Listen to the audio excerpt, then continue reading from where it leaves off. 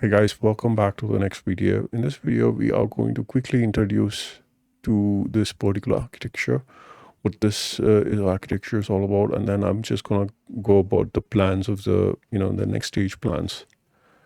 Let's talk about this particular architecture. This particular architecture comes in as a web logic on Kubernetes, and this is gonna open a door for a lot of opportunities over here. So I'm gonna explain you the architecture, but before we go there are a couple of things I want to tell you about. And you know about the job or the workload. Everyone is talking about transformation. Everyone is talking about modernizing your applications and stuff like that. Now, thinking about that, right? So in your company, I'm pretty sure this talk is going on. The only way you can modernize and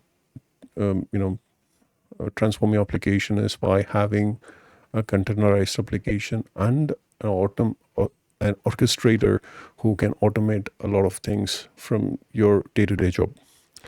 Now, if you're working on WebLogic, if you're working on middleware, if you're working on if you're working on Docker containerization, this is going to open a lot of things for you guys. Okay, if you already know about it, that's going to be very useful for you.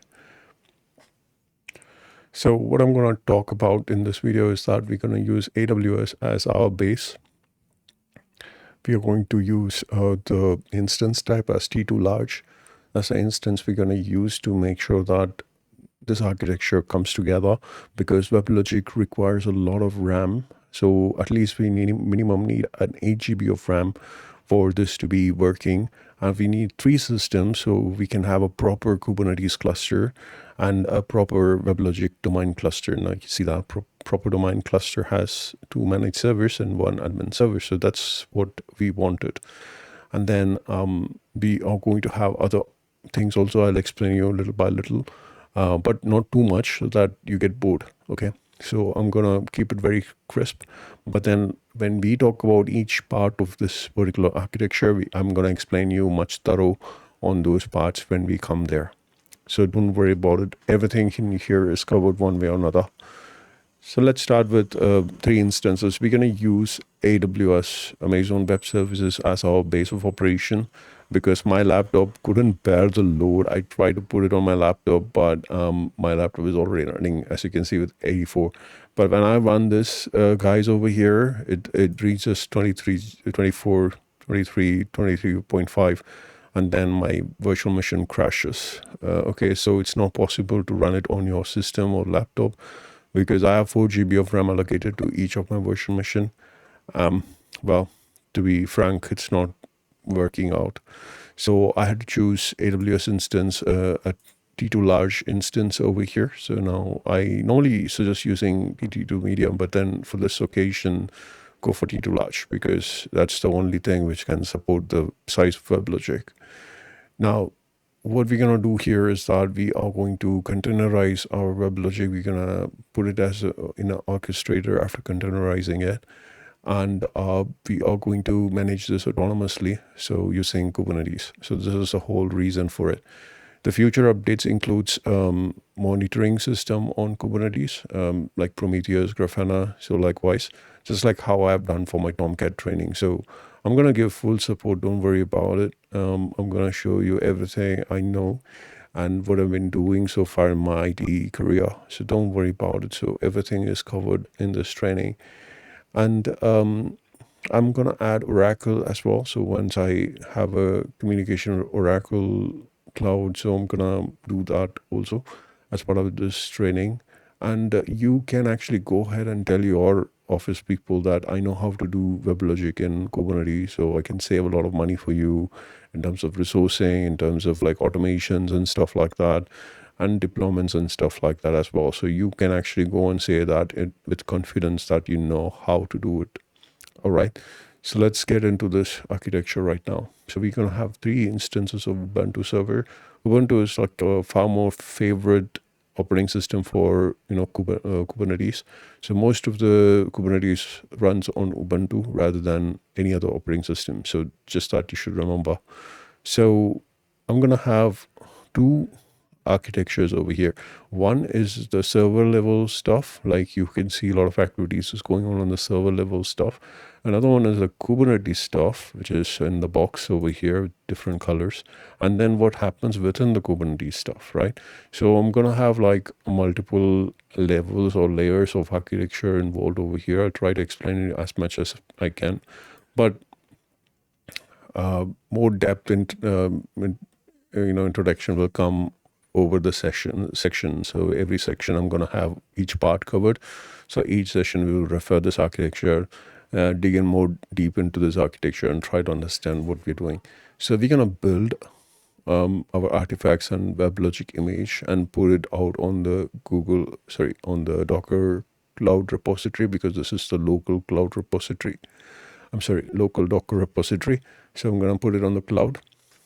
And then I'm going to build something over here in the control plane manager node. We're going to have worker 1, worker 2 as part of Kubernetes cluster. So this is the default video which we are always using for Kubernetes cluster, because there's no much change over here. Because whenever I create a cluster on AWS, I follow the same document, I follow the same video. So there's not much difference. But this time around, there is one difference. You have to choose T2 large. You cannot choose T2 medium. So that's something you should remember, because T2 medium, this guy gets stuck. The admin server is not coming up because it doesn't have enough memory to do that. So you have to go for T2 large. The next thing is that we're going to install something called WKO. So what is WKO? Very interesting. It is WebLogic Kubernetes operator. Now, what's the use of this particular object over here? Very simple. When you install customized software like WebLogic on a standardized software, as in Kubernetes, right? So Kubernetes is standardized because Kubernetes is not designed to serve WebLogic applications, right? So when Oracle wanted to deploy WebLogic on Kubernetes, they usually had a past way of doing this. Okay, so they had to run some scripts, and they had this manifest files where you can just run some files, and then you can actually host WebLogic created on Kubernetes. But that had so much of bugs, that had so many issues when you are communicating with CI/CD pipeline, okay, and stuff like that. But they overcome those things using WKO. Now, what is WKO? WKO is nothing but another addition of Kubernetes objects or APIs, which is custom made. So we also call it as a CRD, custom resource definition. Now, using this custom resource definition or CRD, we will be including these action items into Kubernetes, saying that Kubernetes will learn some new things. It's like a module which we push in. Just like how your Ubuntu system or your CentOS system doesn't know about software. So, for example, Ubuntu system doesn't know if you type unzip, it's not working because unzip is not installed. Oh, sorry, zip is not installed. So what do? You use yum install zip, right? So what is yum? Is a package manager for your CentOS operating system. Likewise, Ubuntu has its own, right? So for Kubernetes, right, who is the package manager? Helm. Helm is the package manager which installs stuff into Kubernetes. Okay, stuff as in the new objects, which is like WKO. So use Helm to install WKO object on Kubernetes, and then the stuff which doesn't make sense, like for example, kubectl get domains. When you give that kind of item on your command line, it's going to say, what is domain? I mean, I don't know about domain. So if it's like kubectl get domain. So I guess the CRD exists over here because I've been trying. Just give me a second. And you can see that this domain and cluster CRD exist. Now, if I'm going to delete this CRD, because by default doesn't exist, right? So if I'm going to delete this CRD, just by specifying this, you see that the CRDs are deleted. Now, when I say get domains, it's going to say like, what is domain? WebLogic domain, what it is. But this particular item is also not found. It says I'm able to list weblogic dot oracle v9 resource domain. So it says like, I'm not able to find what is domain. Have you installed a CRD or you forgot to install? So sometimes it will ask you that. So what that means is that the domain is basically a kind of a configuration, which is a custom resource, which is defined by a third party. In this case, it's Oracle. Okay. So this we will be installing it through Helm, and then it starts making sense for your Kubernetes. So because it will have the CRD defined over here, which will have instructions of how to handle a domain, how to handle when a domain is created, or how to handle when you get domains. So this is something which is in a custom made one, right? So likewise, you will be doing that, and we'll be creating a lot of configurations. So I've just given you some demo configurations over here. And then we'll basically apply a YAML file. So this is called initial YAML file. So this is going to be picking the images which you deploy, the application image as well as your WebLogic image. It's going to pick up from here, and it's going to deploy it down here in your worker node. So now here it is going to create something called a introspective server. Now, what is this introspection server or introspective, whatever it is? So it is going to be the birthplace of your your total domain configuration. So this is when it's going to extract both these artifacts and as well as like our auxiliary image and WebLogic image, and it's going to create a structure in the pod. And once it has created a structure, it's going to spin up a new pod over here called admin server. And admin server eventually is going to create the manage server 1 and manage server 2, and then they're all going to run through the ingress and through the ingress how you will browse admin console and application.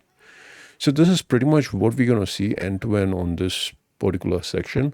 But as I promised, there's going to be some add-ons later point of time, but I cannot promise you that it's going to come right away, but it's going to be there later point of time because for Tomcat and other application servers, right? So I'm going to make next generation videos. Like for example, JBoss is going to come with OpenShift. You're going to have WebSphere also happening around. Liberty next generation is going to come. It's around the corner, and then you're going to have more updates on the next generation, including AWS itself. So likewise, I'm trying to create videos which make sense. Where there's just a lot of videos out there, but these videos of mine will be end to end, and it will have involved troubleshooting as well, so that you can understand how to troubleshoot an existing issue. I'm going to give you some suggestion towards how you're going to accommodate it in terms of your organization structure, how you're going to define that.